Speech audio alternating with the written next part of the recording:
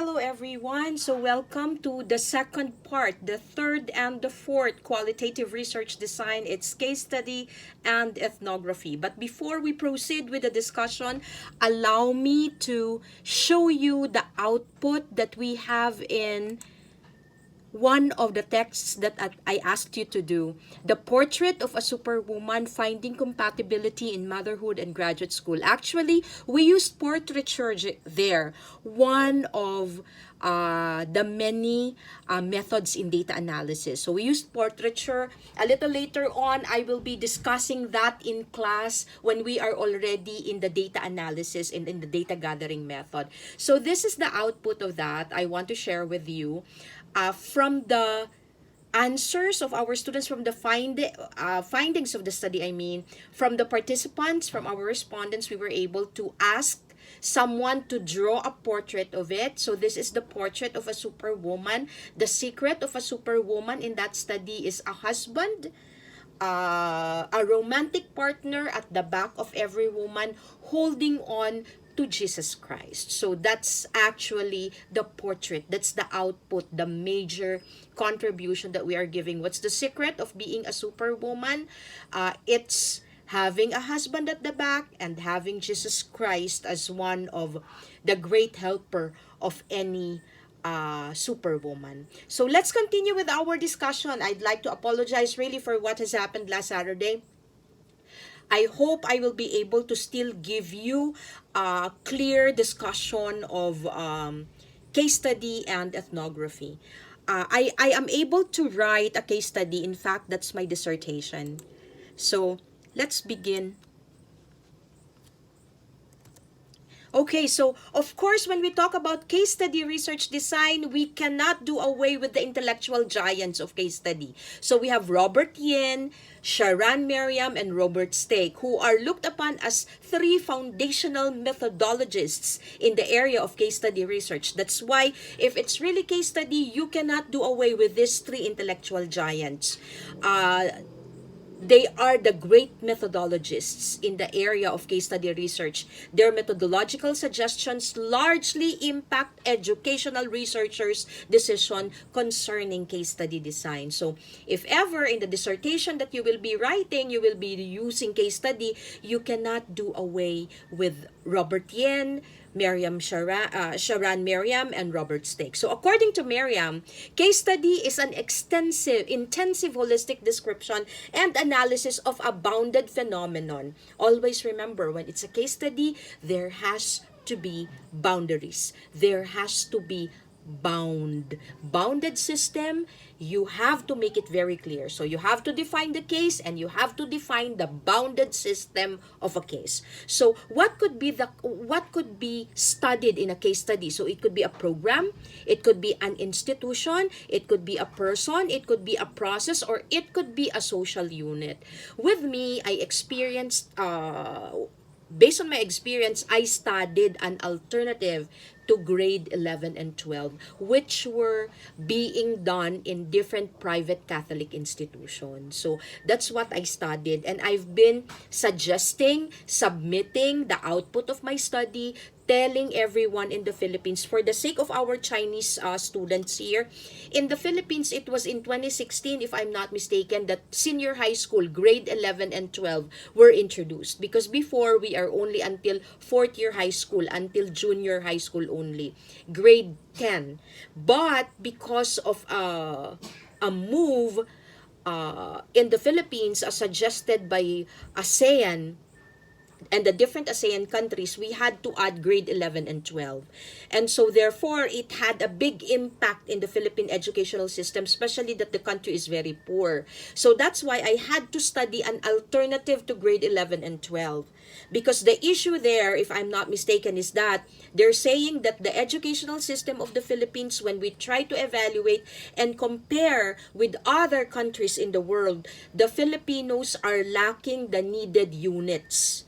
They're not saying the needed years, the needed units are lacking in the Filipinos. So if it's the needed units, then we just have to add the needed units, but not necessarily 2 years, because it impacted a lot to every Filipino family whose children need to go to grade 11 and 12. And up until now, I'm still asking where is the result of the evaluation, because the first batch of students who took grade 11 and 12 graduated already. So what has been the effect? Is it good? Because my son underwent grade 11 and 12, and there is no I do not see anything that is good about it, because of course I am a product, most of you are a product of uh, K10. And we would not say that there is missing, there is lacking upon us. So there is really a need for us to study an alternative for K to 12. So my case there is a single case. It's the alternative for grade 11 and 12, which was practiced by different private Catholic institutions, and it has to be shared. That's the thrust of my research. I want it to be shared to public schools, especially to science high schools, where students can do the same, because most of the students in the science high schools in the Philippines are exceptionally smart. So let's continue.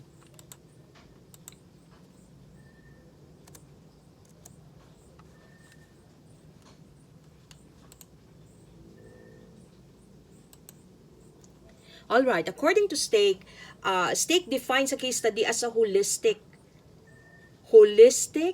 empirical, interpretive, empathic, and an integrated method that values the different standpoints and interpretations researchers and participants have. There is special attention to mutual links between the phenomenon and its context. It's based on observation, it is based on researchers' intuition, and it is an emic perspective to reflect on how people think. So it's that's how Stake defines a case study. It's a holistic study of something, of a particular case. Stake considers that researchers should be willing to put aside as many presumptions as possible to explore the participants' lives and culture. So always put that in your head, because that's what I tried doing when I did my case study. I tried trying to put aside the presumptions because I really wanted to understand the case, the program that is an alternative to grade 11 and 12. I had to really explore in as many ways as I can everything about that case, so that I will be able to share everything about that case in particular. So I left everything. I knew it in my heart. It's good. It's an alternative. But I had to hide it. I really needed to suppress my emotions, and I really needed to listen. I had to listen to all of my participants very, very critically, so that I will never miss a thing. Yin puts forth a definition of case study as a research method, stating that it is an empirical inquiry that investigates a contemporary phenomenon in depth and within its real-world context, when the boundaries between phenomenon and context may not be clearly evident. So, when you have a case, you have to put the bounded system. What do you mean by that? The bounded system are the people around the case that may give you exactly the definition, the description of the case itself. So it's very clear in my study, the case is a single case, an alternative to the 2 years, grade 11 and 12. Who are my bounded system? Who will be the people giving boundaries to my study? Of course, these are the administrators of the school which implemented this particular case. So, the administrators, the teachers, the students, and of course the parents, they were my bounded system. They were the ones who can give me the boundaries of my case. These are the people who will be able to give me clear information as to my case. Not going out of it, but just within the case. They will bound the case. They are the people who are affected. They are the people who are implementing it. They are the people who evaluated it. So that's how you're going to make a case study. Yin writes that a case study can contain either a single study or multiple studies. When we say multiple studies, there are many cases, similar cases that you're trying to explore and study. The researcher, therefore, must consider if it is wisely to make a single case study or if it is more wisely to make a multiple case study for the understanding of the phenomenon. So no one has the right to decide, is it a single case or is it many cases that I will be focusing on? So if you want just this one, no more cases will I be studying, because I could have an option with the case study that I prepared. It's just one case, but I could explore on many cases. Like I could study alternatives to the additional 2 years, but I only studied one case, an alternative. So it totally depends upon you as a researcher if you intend to study multiple cases or if you intend to study just a single case.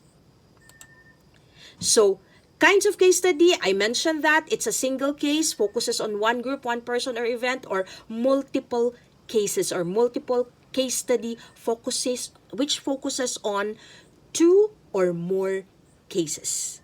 Two or more. It is very important that in every case study, the bounded system is clearly established. I mentioned that boundaries require researchers to scope their study because sometimes the study is very wide and it will make your case study topsy-turvy already. Researchers choose a bounded context which can contain a person, an organization, a class, a policy, or any given unit of study.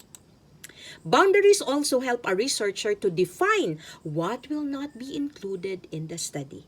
So, you really need to establish your bounded system. If a researcher cannot state a limit to the number of participants or the amount of time their research requires, then it does not qualify as a case study. So remember that if you cannot limit the number of participants or the amount of time their research requires, then it does not qualify as a case study.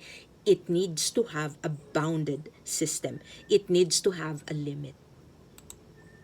I've got here 2 case study samples. Okay, there have been a number of notable case studies in the history of psychology. Much of Freud's work and theories were developed through the use of individual case studies. Some great examples of case studies in psychology include, this one. Anna O was a pseudonym of a woman named Bertha Pappenheim, a patient of a physician named Joseph Breuer. While she was never a patient of Freud's, Freud and Breuer discussed her case extensively. So the woman was experiencing symptoms of a condition that was then known as hysteria and found that talking about her problems helped relieve her symptoms.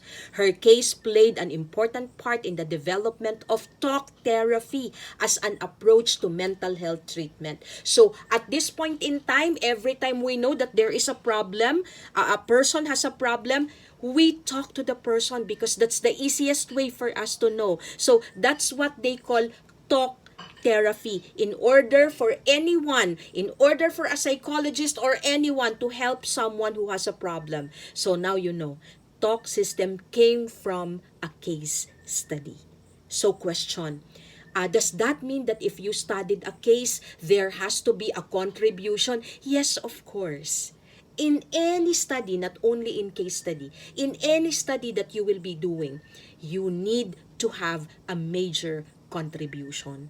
The first thing that you will have to think about would be, what would be the major contribution of the study that I am doing to anyone?